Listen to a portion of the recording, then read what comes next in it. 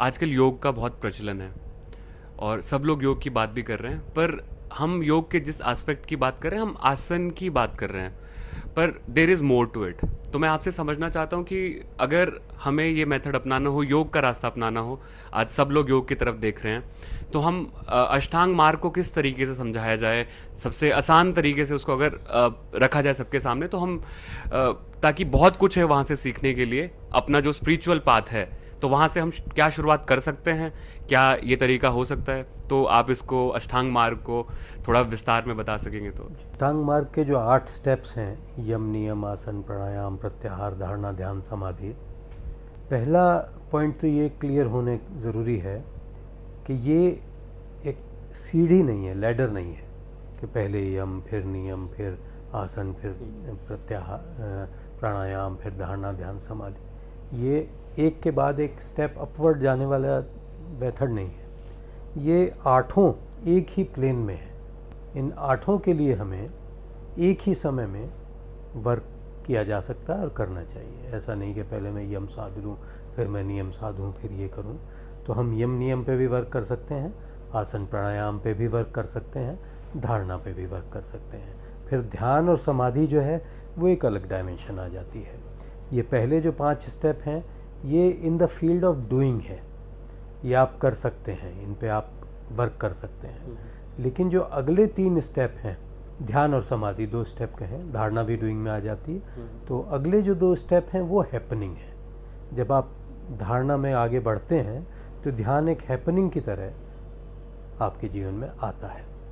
तो इन पांचों को आप एक साथ कर सकते हैं, ये ज़रूरी है। दूसरा यम है, वो आपके शरीर और मन की स्वच्छता के लिए हैं। जो नियम है वो आपके सोशल कंडक्ट के लिए हैं। बेसिक फंडामेंटल ये है कि आप स्वस्थ रहें शरीर और मन से, और आप ना अपने आप को कष्ट दें ना दूसरों को कष्ट दें। आसन प्राणायाम आपके शारीरिक और मानसिक स्वास्थ्य के लिए आवश्यक हैं, उनको आप करते हैं तो फिर आप एक लॉन्ग पीरियड ऑफ टाइम तक एक कंफर्टेबल पोजीशन में ध्यान के लिए बैठ सकते हैं। आपका शरीर स्वस्थ है तो आपका मन बार बार अस्वस्थ अंगों की तरफ नहीं जाएगा, वो ध्यान की तरफ ज़्यादा अच्छी तरह चलेगा। तो आप धारणा बेहतर रूप से कर सकते हैं।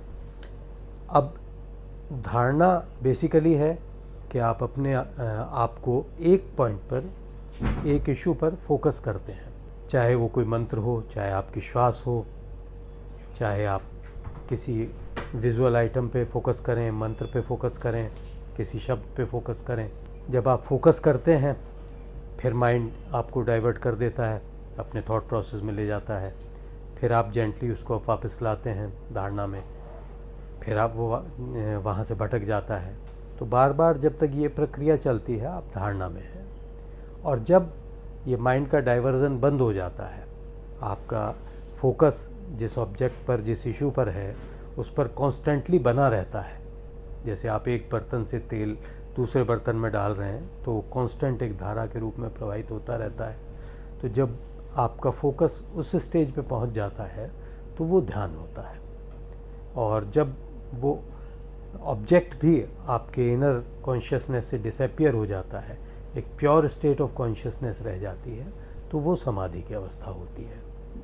तो इसमें वर्क करने के लिए हम निश्चित रूप से सभी वर्केबल डायमेंशन जो 5 स्टेप हैं उस पर एक ही समय से वर्क कर सकते हैं। और ये भी निश्चित है कि अगर हम थोड़ा पीसफुल होने के लिए, थोड़ा जॉयफुल होने के लिए ये कर रहे हैं तो हम रूटीन वे में इन चीज़ों कर सकते हैं। लेकिन अगर हम स्पिरिचुअल पाथ पे आगे बढ़ना चाहते हैं, हम अपने कार्मिक अकाउंट को सेटल करना चाहते हैं, तो अब हमें निश्चित रूप से यम नियम का बहुत अच्छी तरह पालन करना होगा। यम नियम का एक तरह से एक मॉरल और एथिकल लिविंग है। जब तक हम एक मॉरल एथिकल लिविंग नहीं अपनाएंगे तब तक हम एक पॉइंट पे जाके स्टकअप हो जाएंगे, उससे आगे हम स्पिरिचुअली नहीं बढ़ पाएंगे। That is necessary. एक कांस्टेंट एक अंदर से हमारा गिल्ट होता है, एक शर्म होती है हमारे अंदर। आई थिंक वो चीज़ हमें ना कंप्लीटली जो हमारा ट्रू सेल्फ है उसको बाहर नहीं आने देती है। वो किसी भी रूप में हो सकती है कि हम जो हमें हम कॉन्स्टेंटली खुद को छोटा मानते हैं दूसरे से। अगर हमने किसी इंसान को देखा, कोई एक्टर है, कोई बड़ा नेता आ गया सामने, वहाँ पे ऑटोमेटिकली हमारा माइंड खुद को छोटा मानने लग जाता है। तो इससे कैसे हम बाहर आ सकते हैं या इसको समझने की कोशिश कर सकते हैं कि जो हम खुद को ऑलरेडी छोटा समझ रहे हैं एक, और दूसरा कहीं पे हम किसी के सामने कुछ बोल दिया, हम अपना जो असली रूप है हम प्रकट नहीं कर सकते, अंदर गिल्ट रहता है, कांस्टेंट गिल्ट। सोसाइटी का पर्पज़ ये है कि हम सोसाइटी के लिए किसी ना किसी फॉर्म में यूज़फुल हो। वो यूटिलिटी हमसे अचीव करने के लिए सोसाइटी हमारे अंदर एक इमोशनल डिस्टरबेंस क्रिएट करती है, और वो disturbance either by creating guilt or by creating anger inside us. Once we are peaceful, we are in a comfortable state of mind, and society gives us some stimulus, some provocation, someone comes and gives us provocation, and we remain in that state of peace and calm. हम समत्व की stage में, समता की, equanimity की stage में रहते हैं, तो then that individual or that group cannot exploit us.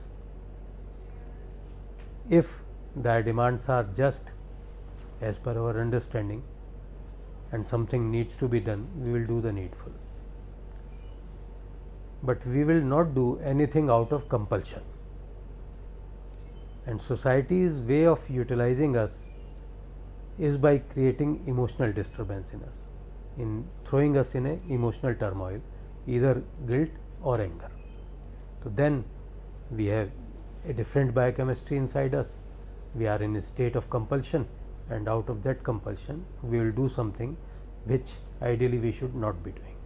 But the purpose of that individual, group or society is served, and they are happy. They are not concerned whether we suffered, we became guilty, we are creating pain for ourselves, psychological pain inside. That is not their concern. In the same way, it is not nature's concern that we are suffering or we are depressed or we are in negative state of mind. So we have to understand that these are social mechanisms to manipulate us in doing what the other person, group or society wants. Now I start working on myself in a spiritual dimension, so I will become more and more stable, more equanimous. I will understand that whatever he is saying, that may or may not be truth, but his purpose is only to disbalance me. Once I am in disbalance, then to regain my inner peace, to overcome that disbalance, I will do something which I should ideally not be doing. So once by understanding and by spiritual practices I come to a stable state of mind, then I will know that these are only social mechanisms, they don't have any reality in existence, and I won't be under grasp of those things. I won't be exploited. जैसे कहा जाता है कि केवल दुखी आदमी का शोषण किया जा सकता है, जो जॉय में है, आनंद में है, उसे आप एक्सप्लॉइट नहीं कर सकते. आप कुछ कहिए, वो कहेगा मुझे क्या लेना. और जो सोशल कंपैरिजन है, एक एस्पेक्ट तो ये आया इस अंडरस्टैंडिंग का. दूसरा एस्पेक्ट सोशल कंपैरिजन का है कि हम अपने को सोशली कंपेयर करते हैं, दूसरों से नापते हैं, और हम हमेशा पाते हैं. फैक्ट है, दुनिया में कोई भी शख्स जब से सृष्टि बनी है, जब तक रहेगी, हर चीज़ में नंबर 1 नहीं हो सकता. कोई ना कोई शख्स किसी हर डायमेंशन में मेरे से आगे भी होगा, मेरे से पीछे भी होगा. डिफरेंट इश्यूज़ जो मेरी लाइफ के हैं, जो डिफरेंट एस्पेक्ट्स हैं, डायमेंशंस हैं, किसी में मैं किसी से आगे हूँ, किसी में वो मेरे से आगे है. कोई भी डायमेंशन ऐसी नहीं जिसमें मैं सबसे आगे हो सकूँ, कोई भी डायमेंशन ऐसी नहीं जिसमें मैं सबसे पीछे हो सकूँ. टोटल मिला के रफली हर एक का 100 बन ही जाता है. तो social comparison is a function of a person who is not in a state of joy, simply speaking. Once you are in state of joy, and that joy is naturally coming from inside, it can't come from outside. There is no way. You won't compare yourself with anything. they say there should be purpose, there is meaning of life. That is till you are in a state of joy. Searching for meaning, searching for purpose, searching for superiority, searching for social status, this is all function of a suffering mind. Suffering. If you are in a state of joy and bliss, you don't need any bloody meaning, you don't need any purpose. I am in a state of joy. ठीक है, in a state of joy, whatever comes through me naturally, I will do. Whatever needs to be done, I will do, but I won't do anything out of compulsion. आप आए, आपने मुझे 5-7 बातें कह दी, 5-7 गाली दे दी, but I am not disturbed. I am still in a state of joy.